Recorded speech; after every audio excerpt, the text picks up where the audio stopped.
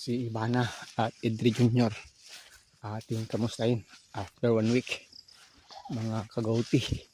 Magaling araw, may club shout out to all. Today po, yan po yung ating ipapakita sa inyo ano na ba itsura ng ating mga baby goat pagkatapos po ng isang linggo. Yan po sila sa loob. Wala po yung kanilang nanay, pinalabas natin para makakain ng ibang klase ng damo sa labas. So magkita yung bagong walis, yung ating goat house hindi pa nalinis ng tama. Ano yung mga kagalagayan nila after po 1 week, naka-agree, nakatago sila dyan sa ilalim mo. Ivana, Edri Jr., labas-labas kayo dyan. Kumusta na kayo dyan? Yung nanay niya kasi kinukumpay tayo ng daon ng saging at napier grass. Pero after 2 hours po, pinalabas po natin. Siguro pumunta na doon sa taas para po makakain ng iba't ibang klase ng damo at dahon ng mga punong kahoy. O dito sila sa ilalim. Laro tayo sa labas para may pakita natin kayo sa buong ganoon nakalaki. Diyan, labas. Laro tayo muna. Ivana, labas. So, yan po. Nang lumabas sila, maliliit pa masyado. After 1 week po, bilis lang ng araw, ayan. Yan po sila. Laro na lang kayo.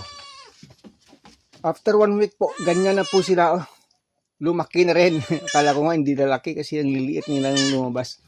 Pogi si Edri, Ivana. Talon-talon na kayo at maglaro-laro. Yan po mga kaagi, yung pinanggagawa natin sa kanila. Kasi po, nung kakapanganak po nila hanggang ngayon, 2 beses na natin na ilabas pag maganda yung panahon. Kasi po palaging umulan. So hindi po pwedeng ilalabas po sila kasi 1 week pa lang. Baka tamaan po ng pneumonia. Yan. Kaya dito lang sila sa loob. At pag nakadede ng marami, pinapalabas ko yung nanay. Ako yung nilalaro takbuhan kayo doon. So yun po, nakapag-inject po tayo sa kanila ng iron. Kaya sumigla po sila. At dahil 1 week na po, magkalaman na rin yung katawan. At araw-araw po ay nagbibigay rin tayo ng vitamin sa kanila na tiki-tiki. Chirifer po, pwede din. Araw-araw po ay 1 ml bawat isa sa kanila. Nilalagay natin sa syringe, kinukuha lang natin yung needle. Ano bang laro yan, Edri? Laruin mo lang ng tama si Ivana, naku. Yan talagang 1 week old pa lang kayo Dami na munang alam na trick. Talaga takbuhan kayo. Kasi po pag andyan lang po sila sa loob, natutulog lang po sila na natutulog. Pero po dito po sa hallway, syempre makapag-exercise po sila. Kung nasa labasan na ito, tatakbo-takbo na ito sila doon Kaso lang basa, palagi yung lupa dahil palaging umuulan. May bagyo pa naman tayo ngayon. Yes! Ay, ang bait-bait naman. Naibigyan na kayo ng vitamins kanina. Ginagamit mo natin ito po. Matiki-tiki. Ito po. Hindi po tayo promotor nagbibigay tayo ng 1 ml nito sa kanila araw-araw at nang masanay po sila para po lumakas yung kanilang resistensya kasi maliliit po sila. Pinapalakas po natin yung kanilang resistensya and pag umabot po na po sila ng 2 weeks, magbibigay tayo ulit ng iron sa kanila ng 1 ml kasi nagturok na tayo ng 0.5 ml sa kanila. After 1 week, magtuturok na naman tayo ulit ng 1 ml na. At pagdating po nila ng 1 month old, magtuturok ulit tayo ng 1 ml ulit. At saka yun na po. Ayan na po. Kasi may iba po kasi yung dating pag nakapag-iron. Mabilis po silang lumakas. Mga ka-agree. Kaya naman, yan. Dito na lang sila nag-i-explore sa loob. Buti na lang 2 sila magkapatid, twins po. Dahil pag nag-iisa po yan, at wala yung nanay, meme yan pag hindi nasanay mga ka-agree. Palabas pa nga lang yung nanay, meme na ng meme.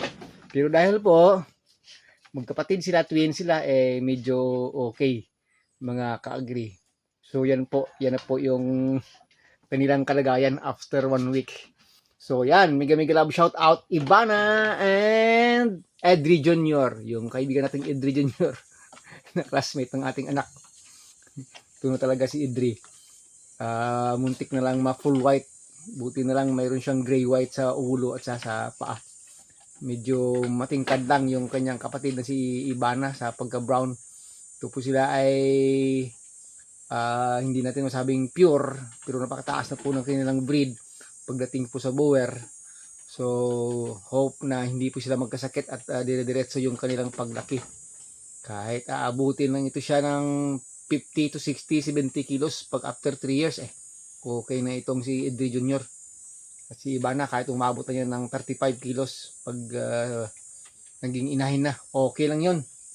Tamang-tama lang yon pag kaya lumaki. So, ginagawa natin ng paraan. Yung si Edri, minsan nagtatry na siya dito, pero hindi pa sana pwede. Nagtatry siya minsan dyan. Yeah, Ivana. Takbo pa more. Ivana. Oh, pugi talaga Pugi talaga Yan po. Masayahin po sila pag nandito na inilagay po sila dito sa sa hallway. Talagang kailangan po nilang mag-exercise po para magkaroon ng heat yung kanilang katawan. Hindi lang po pwedeng tulog lang sila ng tulog, mga ka-agri. So yun yung ginagawa natin. Pag wala yung nanay nila dito, pinapalabas po natin sila dito sa hallway para mayroon po silang place na mapagtakbuhan. Kasi nga, yun nga, palaging umuulan. Pero pag gumanda na yung panahon, maybe after 2 weeks mula ng kanilang kapanganakan, ay pag dry na yung lupa, pwede na talaga silang ilabas hanggang mag 1 month old na. Pero pag ayaw gumanda yung panahon, kahit 1 month pa sila dito sa loob, para po ma-ensure po natin na hindi po sila magkakasakit mga kaagi. Wow, galing ng talon ni Edri Jr. Napaka-energetic na ayan. Oh, super energetic na. Ayan po. Sabayan mo iba na. Oh, wow. Ganda ng talon ng baby. Oh.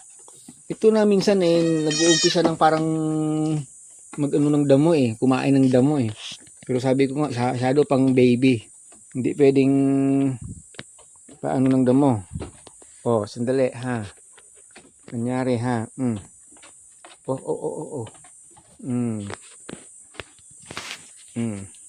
Naihi. Sige. Sige. Ang napansin ko lang po dito mga kagri, yung kanyang hair, yung kanyang fur. Napakaganda po. Napakaganda ng kanyang fur. Super white. Yeah, hinahanap na yung nanay. Iba na, hinahanap na yung nanay. Ba't may talon na lang kayo ng talon. At saka masyado na po sila sa masiba, masyado na sa pagdede sa nanay nila. Kasi 1 week na po sila. Biglang lumiit yung dede ng nanay nila, yung other ng nanay nila. Masyado nga malakas dumede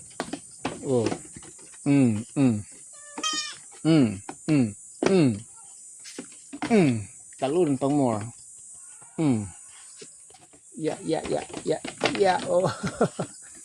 Nagkasalubungan proper distance. Yan.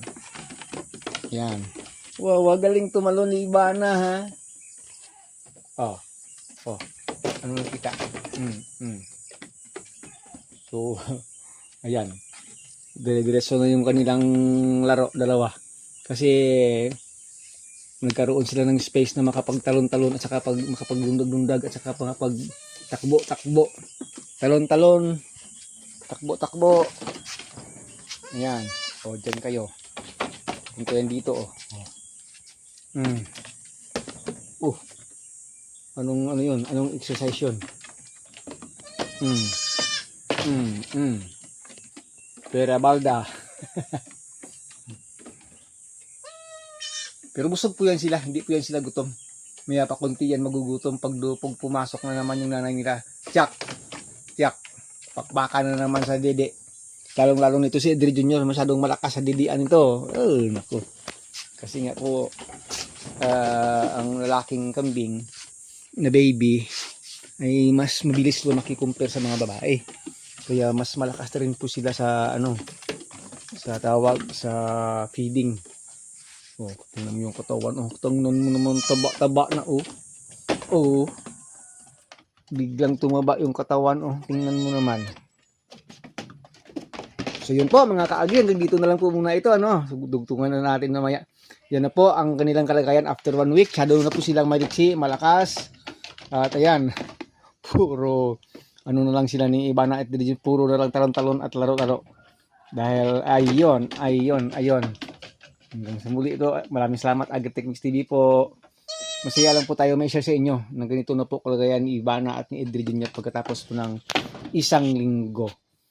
Magta-trembling ka pa, magba-backflip ka pa. Nako.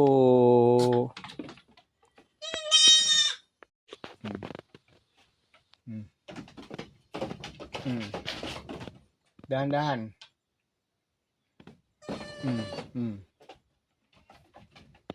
Halika. Balik ka oh. Picture ka doon oh. Tingin ka doon oh. Oh, wow.